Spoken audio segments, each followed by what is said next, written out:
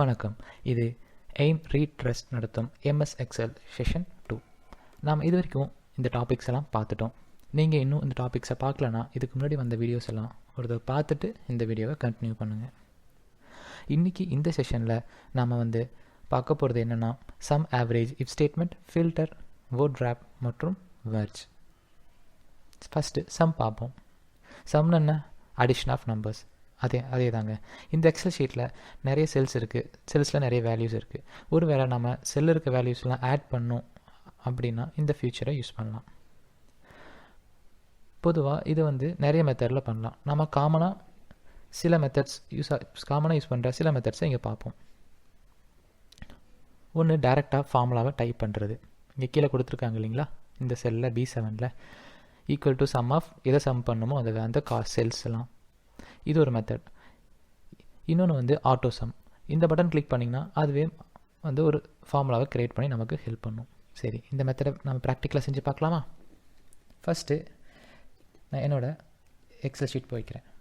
நான் எக்ஸ்ட்ராவாக டோட்டலுக்குன்னு தனியாக ஒரு காலம் போட்டுட்டேன். ஸோ இங்கே நான் ஒவ்வொரு ஸ்டூடெண்ட்ஸோட மார்க்ஸும், அதாவது 5 சப்ஜெக்ட் மார்க்ஸும் ஆட் பண்ணி இங்கே போடணும் ஒவ்வொரு ஸ்டூடெண்ட்டுக்கும். நமக்கு இதுக்கு கால்குலேட்டர் தேவையில்லை, நம்ம டைரெக்டாக இதுலேயே பண்ணலாம். சரி, ஃபஸ்ட்டு நம்ம ஆட்டோ சம் பார்க்கலாம் எப்படி ஒர்க் ஆகுதுன்னு. ஆட்டோ சம்னா என்ன?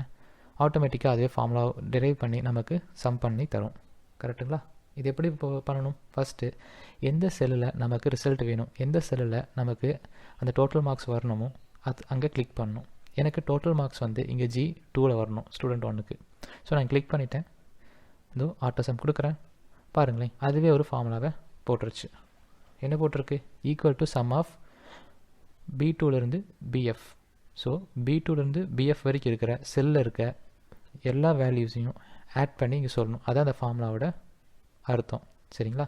ஃபார்முலா வந்ததுக்கப்புறம் டேப் அல்லது என்டர் கொடுக்கலாம். கொடுத்தோன்னா அதுவே ஃபார்முலாக்கான வேல்யூஸ் இங்கே காமிக்கும். ஆக்சுவலாக இதுதான் ஃபார்முலா பார்னு சொல்லுவாங்க. இங்கே பாருங்களேன், இங்கே வேல்யூ காமிச்சாலும் இதுக்கான ஃபார்முலா இங்கே நமக்கு தெளிவாக தெரியுது. இதே மற்ற செல்லில் போயிட்டிங்கன்னா ஆக்சுவலாக நம்ம என்ன டைப் பண்ணமோ அந்த வேல்யூ தான் காமிக்கும். இந்த மாதிரி ஃபார்முலாஸ் போகிற இடத்துல மட்டும்தான் ஃபார்முலா பாரில் ஃபார்முலாவும் இந்த செல்லில் வேல்யூவும் நம்மளால் பார்க்க முடியும். ஓகேங்களா? சரி, அடுத்த மெத்தட் என்ன? ஃபார்முலாவை டைரெக்டாக டைப் பண்ணுறது. சரி, இதே ஃபார்முலாவை நம்ம அடுத்த லைனில் டைப் பண்ணி பார்ப்போம். அது கரெக்டாக டோட்டல் பண்ணுறதுன்னு பார்ப்போமா? என்ன formula? Equal to sum of எந்த செல்லாம் ஆட் பண்ணணுமோ அந்த செல்லெல்லாம் செலக்ட் பண்ணணும். நம்ம ஆட் பண்ண வேண்டிய செல் B2லேருந்து F2 வரைக்கும். பாருங்களேன், நான் செலக்ட் பண்ணிட்டேன். ப்ராக்கெட்டை க்ளோஸ் பண்ணுறேன், என்டர் கொடுக்குறேன். அடிஷன் நடந்துருச்சு. திரும்பி அதே ஃபார்முலா என்னதோ போடுவோம் அடுத்த லைனுக்கு. சம் ஆஃப் B2 to இங்கே 4 வரும். B4 to F4. நான் என்டர் கொடுக்குறேன், அடிஷன் பண்ணியாச்சு. நமக்கு கால்குலேட்டர் தேவையா? தேவையில்லை. ஃபார்முலா போட்டோன்னா ஈஸியாக பண்ணிடலாம். அடுத்தது ஆவரேஜ். பொதுவாக என்ன ஆவரேஜ்னா என்ன? எங்கே யூஸ் பண்ணுவோம்? நம்ம நம்மளுடைய பர்சன்டேஜ் போடுறதுக்கு யூஸ் பண்ணுவோம். நல்ல ஒரு எக்ஸாம்பிள் என்னென்னா, நம்ம மார்க்ஸ் எல்லாம் ஆட் பண்ணி divided by number of subjects. அதாவது இந்த எக்ஸாம்பிளில் பார்த்தீங்கன்னா நமக்கு 5 சப்ஜெக்ட் இருக்குது. ஸோ 5 சப்ஜெக்ட் மார்க்கையும் ஆட் பண்ணி டிவைட் பை 5 அப்படின்னு போட்டோம்னா நம்மளோட ஆவரேஜ், அதாவது பர்சன்டேஜ் கிடச்சிரும். கிட்டத்தட்ட இந்த ஃபார்முலாவும் நமக்கு அதே தான் கொடுக்க போகுது. சரிங்களா? சரி, ஆவரேஜ் எப்படி போடலாங்கிறது இங்கே நம்ம கொடுத்துருக்காங்க இல்லைங்களா? ஜஸ்ட் ஒரு ஃபார்முலா தான். ஈக்குவல் டு ஆவரேஜ் அப்படின்னு டைப் பண்ணிட்டு ப்ராக்கெட்டில் எந்த செல்லோட ஆவரேஜாக நமக்கு தெரியணுமோ அந்த செல்லெல்லாம் செலக்ட் பண்ணணும். நம்ம ஒரு ப்ராக்டிக்கல் எக்ஸாம்பிளாக போட பார்க்கலாமா? சரி, அங்கேயே பாருங்களேன், நான் ஆவரேஜுக்குன்னு தனியாக ஒரு காலம் இங்கே வச்சுருக்கேன். சரி, இங்கே இந்த ஃபார்முலாவை டைப் பண்ணுவோம். ஈக்குவல் டு நான் ஆவரேஜும் டைப் பண்ணுறேன், ப்ராக்கெட் ஓப்பன் பண்ணுறேன். அதுக்கப்புறமா எந்த செல்லெல்லாம் ஆட் பண்ணி நான் ஆவரேஜ் ஃபைண்ட் பண்ணணுமோ அந்த செல் எல்லாத்தையும் நான் செலக்ட் பண்ணுறேன். எனக்கு எல்லா சப்ஜெக்ட்ஸோட ஆவரேஜும் வேணும். ஸோ நான் B2லேருந்து F2 வரைக்கும் செலக்ட் பண்ணுறேன். இது என்ன பண்ணும்? Tamil, English, maths, science, social இந்த 5 சப்ஜெக்ட் மார்க்ஸையும் ஆட் பண்ணி divide by number of subjects, அதாவது 5 சப்ஜெக்ட் இல்லைங்களா, ஆனால் டிவைட் பை 5. இந்த கால்குலேஷனை அது பண்ணி நமக்கு ரிசல்ட் தரும். ஸோ இங்கே நம்மளுடைய பர்சன்டேஜ் ஃபஸ்ட்டு ஸ்டூடெண்ட்டுக்கு 77.8. அதே மாதிரி செகண்டுக்கு பண்ணலாமா?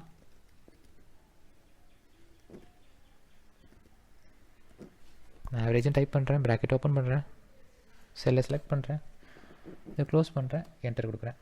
அதே மாதிரி இன்னொரு தடவை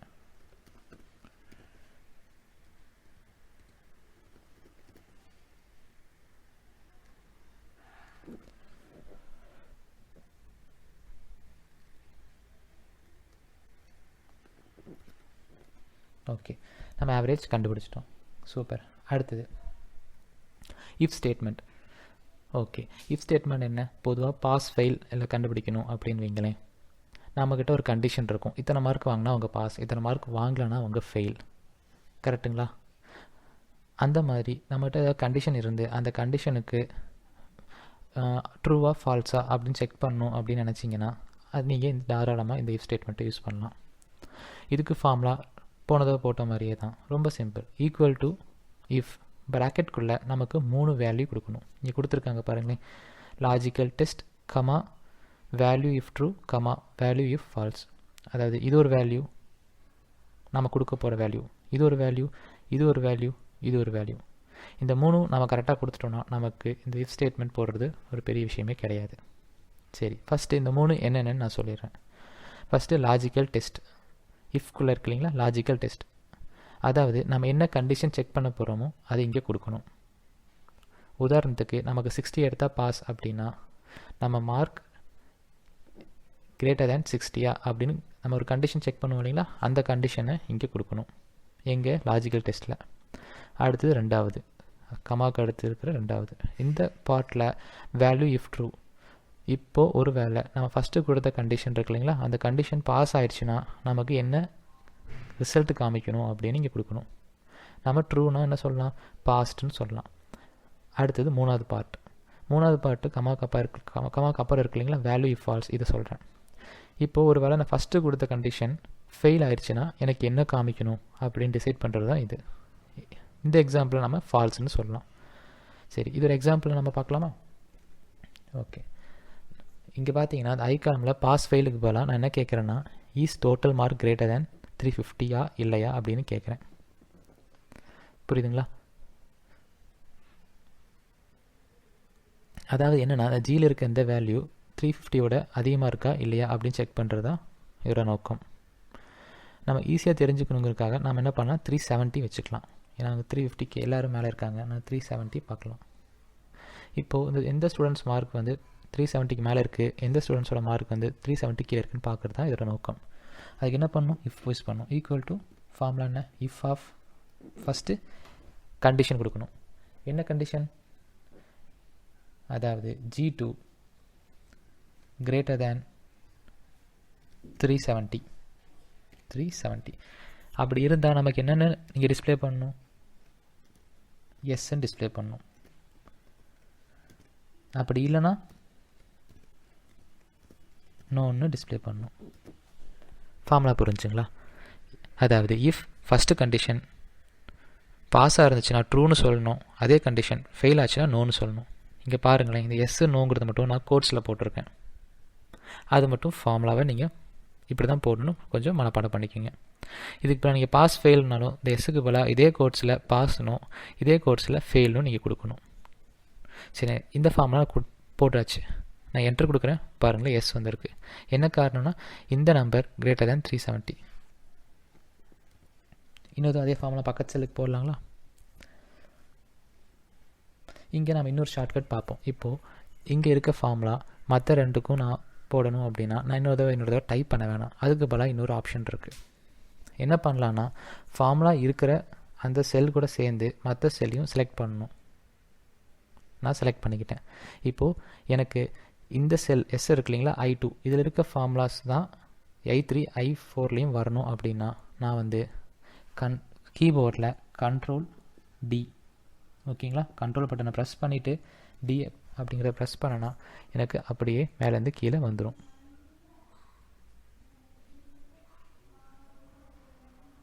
பாருங்களேன், அதே ஃபார்முலா.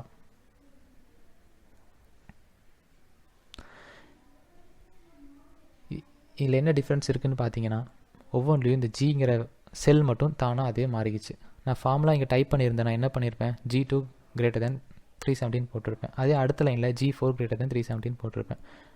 அது கரெக்டாக வந்துருச்சுங்களா? இங்கே எல்லாமே எஸ் வருது. நம்ம ஏன்னா எல்லா வேல்யூஸும் 370 அதிகமாக இருக்குது. ஒரு வேளை 375 கொடுத்தோன்னா இது மாறலாம். ஏன்னா இங்கே பாருங்களேன், ஒன்று மட்டும் 375 கீழே இருக்குது. நான் என்ன பண்ணுறேன், இந்த ஃபார்முலா போயிட்டு ஜஸ்ட் அந்த 370 வந்து 75 மாற்றிடுறேன். மாற்றிட்டு என்டர் கொடுக்குறேன். இப்போ ஃபஸ்ட் ஒன் வந்து மாறிடுச்சு, செகண்ட் ஒன் இன்னும் மாறல. இப்போ செகண்டு தேர்டும் ஃபஸ்ட்டு ஃபார்முலாவே நமக்கு வரணும்னா நம்ம என்ன பண்ணுவோம், ஃபஸ்ட்டோட சேர்த்து செகண்ட் தேர்டையும் செலக்ட் பண்ணுவோம். அதுக்கப்புறம் கண்ட்ரோல் டி ப்ரெஸ் பண்ணுவோம். பாருங்களேன், இப்போ செகண்ட் மட்டும் நோ வந்துருச்சு. என்ன காரணம்னா இந்த 371 375 கம்மியான வேல்யூ. ஸோ இந்த கண்டிஷன் ஃபெயில் ஆயிடுச்சு, நமக்கு பின்னாடி இருக்க நோ அப்படிங்கிறது வந்துருச்சு. புரிஞ்சுதுங்களா? இஃப் ஸ்டேட்மெண்ட் ஈஸியா. அடுத்தது ஃபில்டர்ஸ்னால் ஒன்றும் இல்லை, நார்மலாக நம்ம சில செலக்டிவ் டேட்டா மட்டும் வேணும்னு சொல்லுவோம் இல்லைங்களா. அதாவது இங்கே நம்மகிட்ட 1000 டேட்டா இருக்குது, 500 டேட்டா இருக்குது, எனக்கு சில கண்டிஷன்ஸ் அவங்க இருக்கிறவங்க மட்டும்தான் வேணும் அப்படின்னு நினச்சோன்னா அதை நம்ம ஈஸியாக எடுக்க முடியும். இன்னொரு நல்ல எக்ஸாம்பிள் சொல்லணும்னா இங்கே பாருங்களேன், எஸ் நோ நிறைய இருக்குது. எனக்கு எஸ் இருக்கவங்க மட்டும்தான் எனக்கு காமிக்கணும், மற்றவங்க எனக்கு காமிக்க வேணாம், இப்போதைக்கு ஹைட் பண்ணால் போதும் அப்படின்னு நீங்கள் நினச்சிங்கன்னா இந்த ஃபில்டர்ஸ் யூஸ் பண்ணலாம். அதுக்கு என்ன பண்ணணும்னா எந்த காலத்தில் நீங்கள் ஃபில்டர் அப்ளை பண்ணணுமோ அந்த காலத்தோட ஃபஸ்ட்டு செல்லை நீங்கள் கிளிக் பண்ணணும். அதாவது இங்கே நான் ஐ காலத்தில் என்னோடய ஃபில்டரை நான் போடணும். ஏன்னா ஃபில்டர் கண்டிஷன் எஸ் நோக்கு தான் போட போகிறேன். ஸோ நான் ஃபஸ்ட்டு இதை கிளிக் பண்ணுறேன், செலக்ட் பண்ணிக்கிட்டேன். அதுக்கப்புறம் இங்கே பார்த்தீங்கன்னா சார்ட் அண்ட் ஃபில்டர் அப்படின்னு நமக்கு ஒரு ஆப்ஷன் இருக்குது. அதை கிளிக் பண்ணி அதில் போயிட்டு ஃபில்டர் அப்படின்னு கிளிக் பண்ணுங்களேன். எல்லாத்துலேயும் அதாவது எழுத்து இருக்கிற டெக்ஸ்ட் இருக்கிற எல்லாத்துலேயும் ஒரு சின்ன டாப்பாக குட்டி குட்டியாக வந்துடுச்சு. இதில் நான் எதுக்கு ஃபில்டர் அப்ளை பண்ண போகிறேன், ஐ காலத்துக்கு. ஸோ அங்கே இருக்கிற அந்த குட்டி டாப்பாவை கிளிக் பண்ணுங்கள். நமக்கு ஒரு குட்டி விண்டோ வரும். இந்த குட்டி விண்டோவில் நமக்கு நிறைய ஃபீச்சர்ஸ் இருக்குது. ஒன்று ஷார்ட் பண்ணலாம், நான் பொதுவாக அசெண்டிங் ஆர்டர் டிசெண்டிங் ஆர்டர்லாம் பண்ணுவோம் இல்லைங்களா, அது பண்ணலாம். இதை கிளிக் பண்ணிங்கன்னா அசெண்டிங் ஆர்டர்லையும், இதை கிளிக் பண்ணால் டிசெண்டிங் ஆர்டர்லையும் வரும். ஓகே, ஆனால் நமக்கு இங்கே தேவை ஃபில்டர். ஓகே, ஃபில்டர் 2 வகையாக பண்ணலாம். ஒன்று கண்டிஷன் ஃபில்டர். இங்கே பார்த்தீங்கன்னா டெக்ஸ்ட் ஃபில்டர்ஸ் அப்படிங்கிறத கிளிக் பண்ணிங்கன்னா சைடில் ஒரு கண்டிஷன் வருது. இதில் உங்களுக்கு என்ன கண்டிஷன் வேணுமோ அதை கிளிக் பண்ணி நீங்கள் அந்த கண்டிஷன் வச்சும் பண்ணலாம். அப்படி இல்லைனா டேரெக்டாக இங்கே கீழே காமிக்கிறதுல உங்களுக்கு எந்த வேணும் எது வேணாம்னு நீங்கள் டேரெக்டாகவும் டிசைட் பண்ணலாம். ஃபார் எக்ஸாம்பிள் இங்கே எஸ் தான் வேணும், நான் என்ன பண்ணுறேன், எஸ்ன்னு சர்ச் பண்ணுறேன். பார்த்தீங்கன்னா எஸ் மட்டும்தான் உங்களுக்கு செலக்ட் ஆகிருக்கு. நான் ஓகே கொடுத்தேன்னா எனக்கு இங்கே எஸ் மட்டும்தான் லிஸ்ட் ஆகும். ஒருவேளை எனக்கு நோ வேணும்னா திரும்பி அதே கிளிக் பண்ணுறேன். இங்கே போயிட்டு நான் நோன்னு தேடுறேன், நோ ஒன்று தான் இருக்குது. ஓகே கொடுக்குறேன், நோ மட்டும் காமிக்குது. ஒருவேளை உங்களுக்கு 2 வேணும்னா இங்கே பாருங்களேன், இது 2மே நான் செலக்ட் பண்ணுறேன். ஓகே கொடுத்தீங்கன்னா 2மே வந்துடும். ஸோ இது ஃபில்டரிங் ஆப்ரேஷன். நமக்கு தேவையானதை மட்டும் இந்த கண்டிஷன் பேஸ் பண்ணி நமக்கு எங்கே எடுத்துக்கலாம். இதுதான் ஃபில்டர்ஸ். அடுத்தது வேர்ட் ரேப். வேர்ட் ரேப்னா ஒன்றும் இல்லைங்க, இந்த செல் சைஸு ஒரு லெவலில் இருக்குது, அதாவது இதுதான் அதோட வித்து. இன்கேஸ் நம்ம நிறைய டைப் பண்ணுறோம் சரிங்களா, ஃபார் எக்ஸாம்பிள் ரிமார்க்ஸ் அடிக்கிறோம், ஒரு கமெண்ட்ஸ் மாதிரி அவனை பற்றி ஒரு ப்ரோக்ரஸ் ரிப்போர்ட்டில் அடிப்போம் இல்லைங்களா, ஹீ இஸ் அ குட் பாய், இந்த மாதிரி.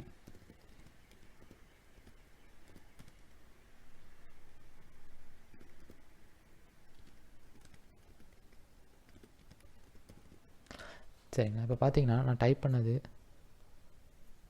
ஆக்சுவலாக ரீட்ஸ் அடிக்க வந்தேன்.